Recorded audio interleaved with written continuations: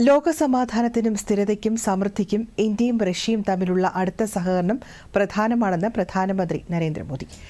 ടിയാൻജിനിൽ Shanghai സഹകരണ സംഘടനാ ഉച്ചകോടിയുടെ ഭാഗമായി പ്രധാനമന്ത്രി നരേന്ദ്രമോദി റഷ്യൻ പ്രസിഡന്റ് വ്ളാഡിമിർ പുടിനുമായി ഉഭയകക്ഷി ചർച്ചകൾ നടത്തി.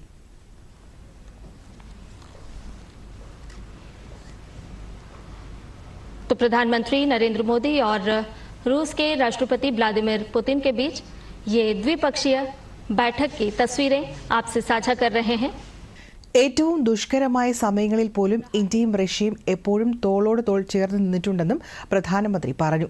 യുക്രൈനിൽ നടന്നുകൊണ്ടിരിക്കുന്ന സംഘർഷത്തെക്കുറിച്ച് നിരന്തരം ചർച്ച ചെയ്യുന്നുണ്ടെന്ന് പറഞ്ഞ പ്രധാനമന്ത്രി സമാധാനത്തിനായുള്ള സമീപകാല ശ്രമങ്ങളെ സ്വാഗതം ചെയ്തു.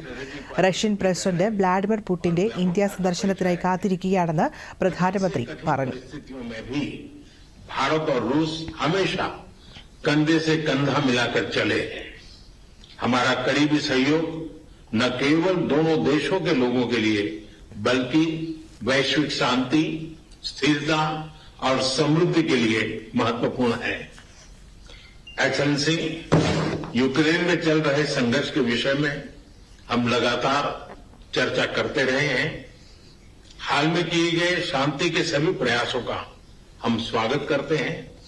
हम आशा करते हैं कि सभी पक्ष कंस्ट्रक्टिवली आगे बढ़ेंगे. संघर्ष को जल्द से जल्द खत्म करने और स्थायी शांति स्थापित करने का रास्ता खोजना होगा. ये पूरी मानवता की पुकार है. एक्सेलेंसी, एक बार फिर ഇന്ത്യ റഷ്യ ബന്ധം ആഴത്തിലുള്ളതാണെന്ന് പുടിനും വ്യക്തമാക്കി.